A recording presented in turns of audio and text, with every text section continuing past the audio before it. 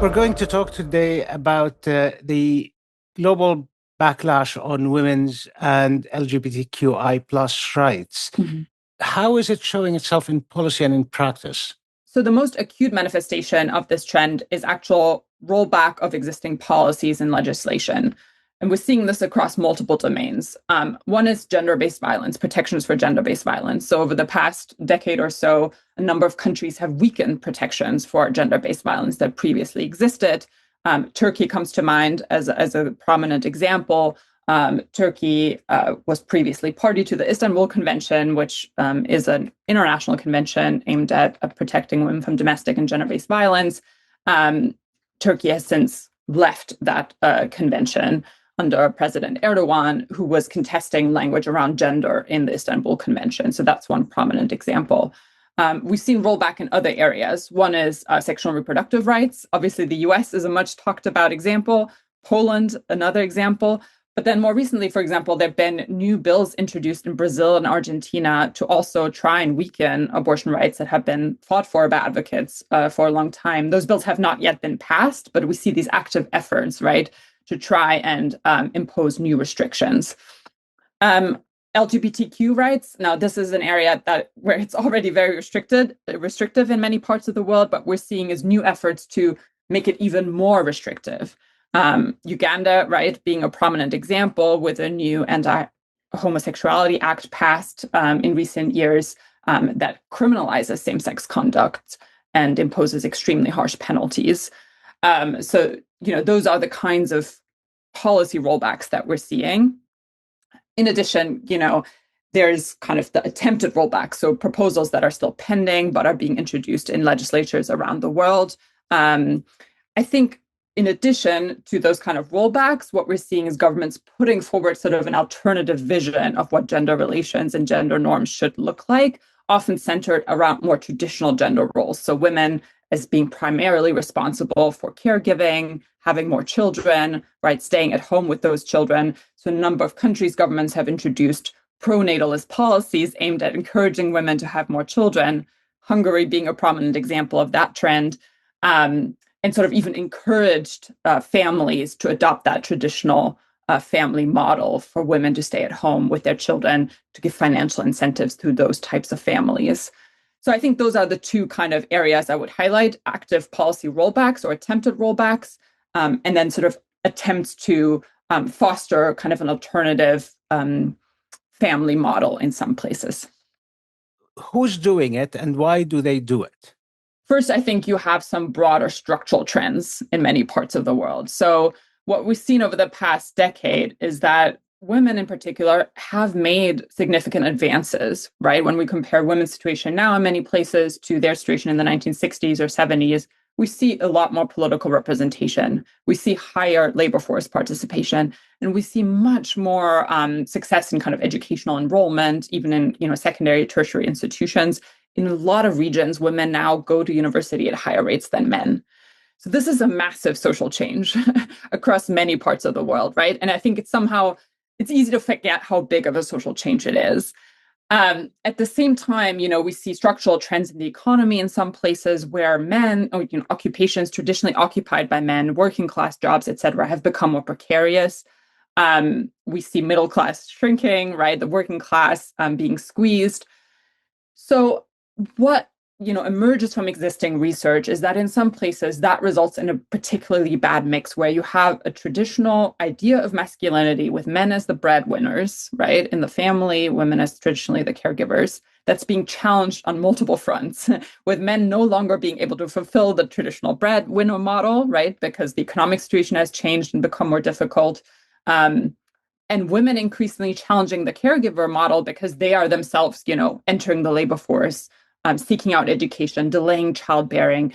At the same time, our gender norms haven't necessarily changed, right? We still have these old ideas kind of floating around. And so all of that can create a pretty bad mix of kind of status threat for men, right? Feeling like their status is being challenged, maybe a loss of purpose, a sense of dislocation, a sense of we don't really know what masculinity looks like in this changed environment.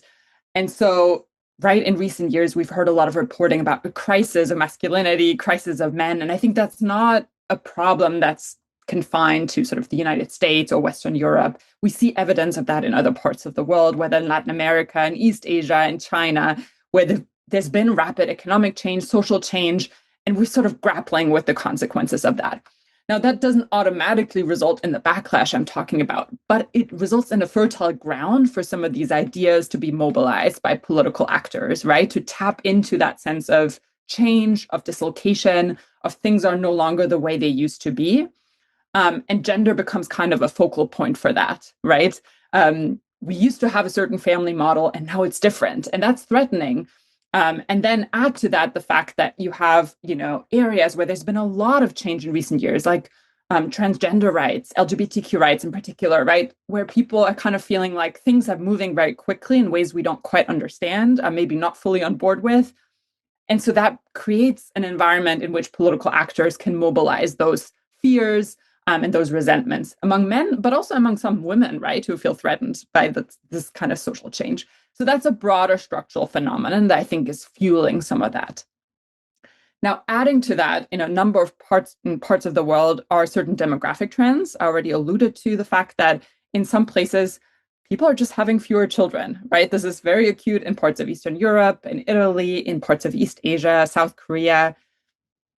And there are various reasons for that, including, the fact that women are getting more education, are delaying childbearing, but also that some women are, kind of resisting some of those traditional gender norms, don't really want to have many children because they want to have a career, right? Or they feel like men are not really equal partners in raising children.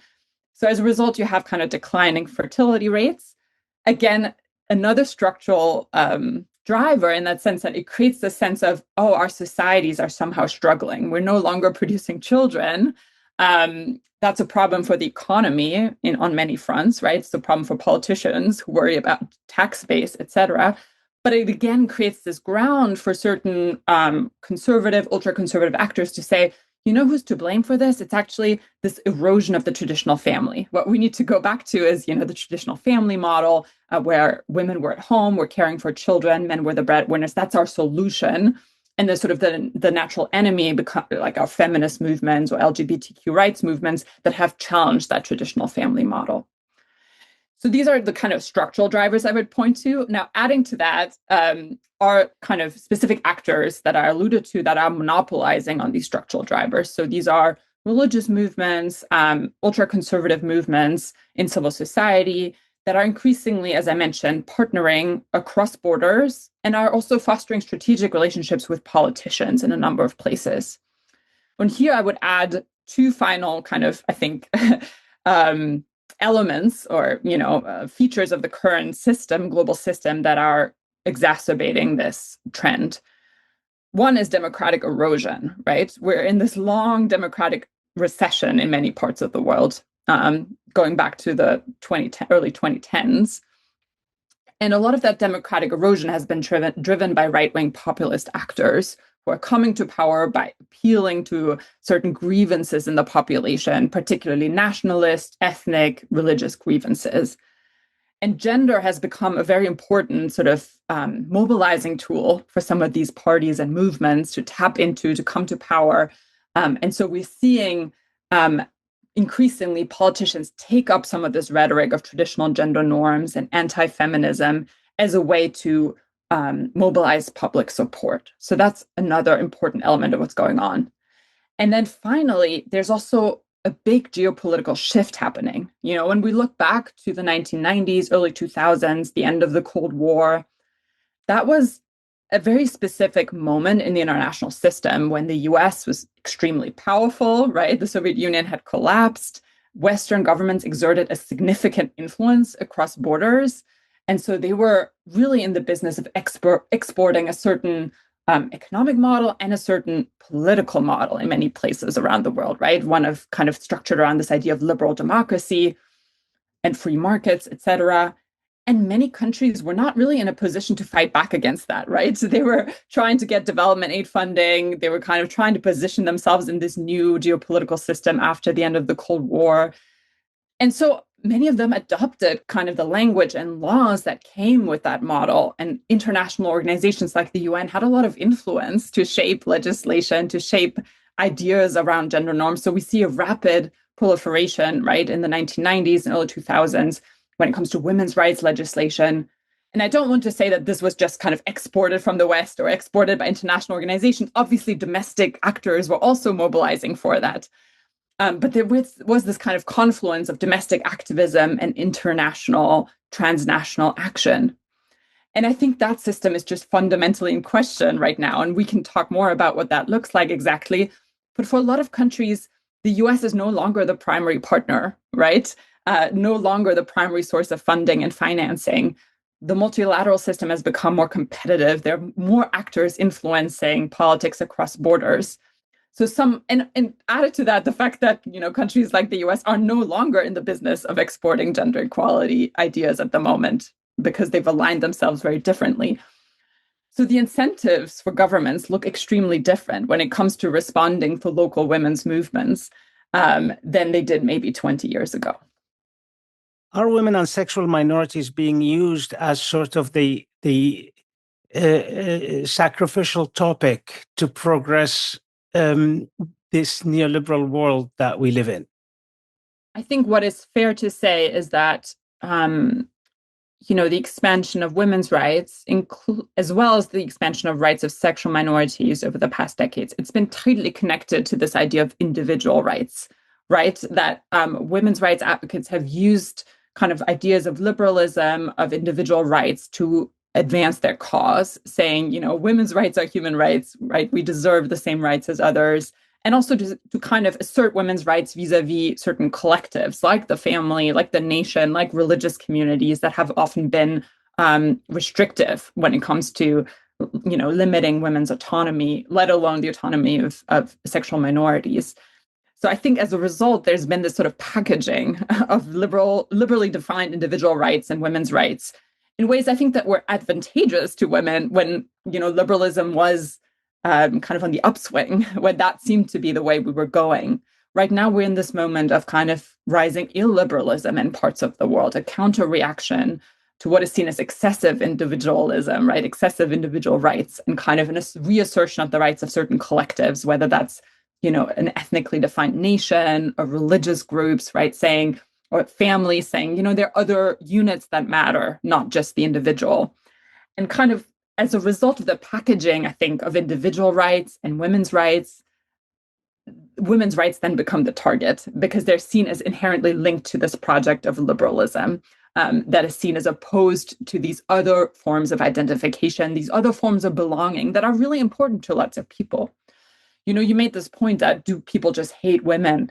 I don't think that's the case for the vast majority of people, right? There's always, small minorities of extremists that are radicalized online, etc. So we're not talking about those people. Not incels. We're not talking about we're not talking about those. I think vast majorities of people, what they're simply grappling with is different forms of dislocation, a sense of insecurity and threat. And so you turn to different forms of belonging, right? And things like the family, like the community, your religious group, they can offer different forms of belonging that perhaps women's rights movements have not always spoken to in the best, in the best possible way. And so there's this dichotomy that can get created between collective forms of belonging on the one hand, and then this very individual idea of rights on the other. And I think it's a false dichotomy, right? We have lots of research showing, families flourish when women do better and have certain access to reproductive care, right? Prenatal care, etc. These are all really essential for women to be able to fulfill their roles in the family and be able to care for children. It's not one or the other. Similarly, there's not a natural dichotomy between religious belonging and women's rights. We have lots of religious communities that show that that's not the case. So I think in part, our task is also to challenge some of these dichotomies that are being drawn, that it's either one or the other, that you are either sort of a radical feminist that's completely out of touch with everyone, has radical ideas, and then the sort of majority that just wants to live their traditional life. I think that's a totally false dichotomy, and that ignores the actual complexities and needs that women face on the ground. You mentioned the case of transgender women. I think that's an even more sensitive topic because for so many people around the world, they perhaps have never met a transgender person, right? they don't have anyone in their lives to talk about, these issues with. And so that makes it very easy for political actors to come in with fear mongering, right? With a sort of sense of panic, moral panic. Things are changing. Your children are in danger. And I think it's on us and on the broader community of people who care about sexual minority rights or care about women's rights to make the case as to why these fears are often unfounded, but also to speak to those fears very openly and not to kind of avoid having the discussion or to simply pretend that these things are not controversial when they are. And I think if I had a critique maybe of some of the gender equality activism of the past decade, is that too often we took certain things for granted, right? Oh, there's a consensus around this. We've reached a consensus around this. Or, this is a health issue. It's not controversial, right? Sexual and reproductive rights, it's a health issue. And I agree, it is a healthcare issue, but it is also controversial. So I think we have to be able to talk about the controversies and address the fears head on instead of kind of treating things as technical when in fact they're deeply political and they raise, political questions for people.